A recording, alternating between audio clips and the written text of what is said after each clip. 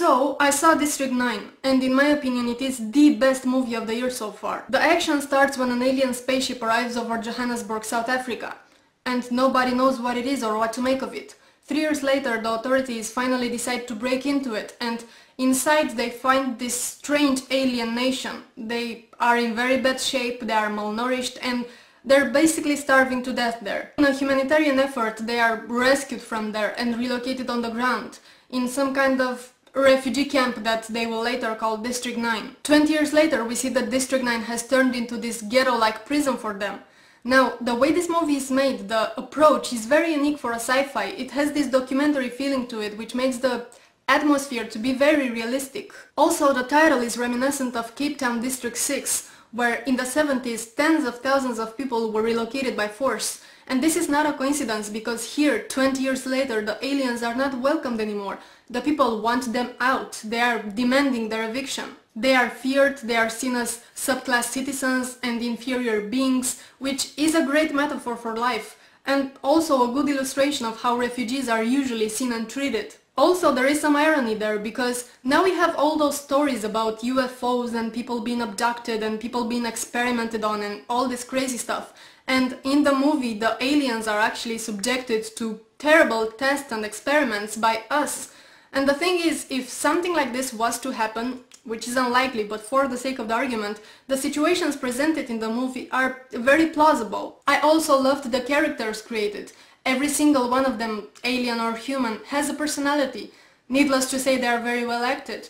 And you will get to like them and dislike them and be disappointed by them. The entire movie is very engaging. Now the aliens, the prawns as they are called, except for 2 of them, they are actually the lower type of aliens in their hierarchy. The leadership is dead. And those prawns are, well, they are quite stupid. They act like, how should I say, they don't act like retarded humans, but they're very instinctual. They don't think things out, they don't make plans, basically they just react. The interesting thing about both these prawns and the 2 intelligent ones is that they seem to have no malice to them, no evil nature. I mean, the stupid prawns do act stupid and they destroy stuff and basically act like kids gone bad, but they don't do it out of being evil, they just do it because they're dumb. And also they are much more powerful than humans and also have better weapons, but they don't attack humans, unless in self-defense. As for the humans, this movie shows exactly what nasty evil bastards we are.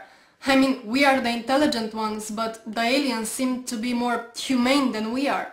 And I was sad at the end of the movie, honestly. I was saddened by the reality of it. I don't want to get too much into spoilers, but there are some bloody brilliant metaphors in the movie. For instance, the aliens are very keen on cat food.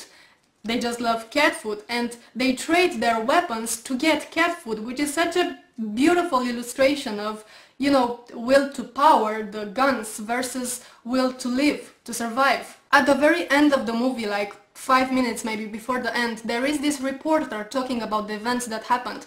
And at some point he says, there are some conspiracy theorists who say, and with obvious skepticism he goes on elaborating about the crazy ideas that those people have. The thing is, we who have witnessed the movie unfold, when we hear about those claims of the conspiracy theorists, we know that they are very likely to reflect reality. So were they trying to say something with this? I don't know, but there are some subtle things in the film that you have to pay attention to. Now, I talked about what I like in this movie, so I should get to the bad parts. There are none. Maybe those of you who loved movies like Independence Day would probably be disappointed by the lack of shiny, wowing special effects, especially in the first part, but I didn't have a problem with it. In fact, I liked it that way. I just loved everything about it. The storyline, the dialogues, the way the movie was directed, even the music, and also the African dialects and accent were a nice touch. So yeah, I definitely recommend the movie. I think it's groundbreaking for sci-fi, and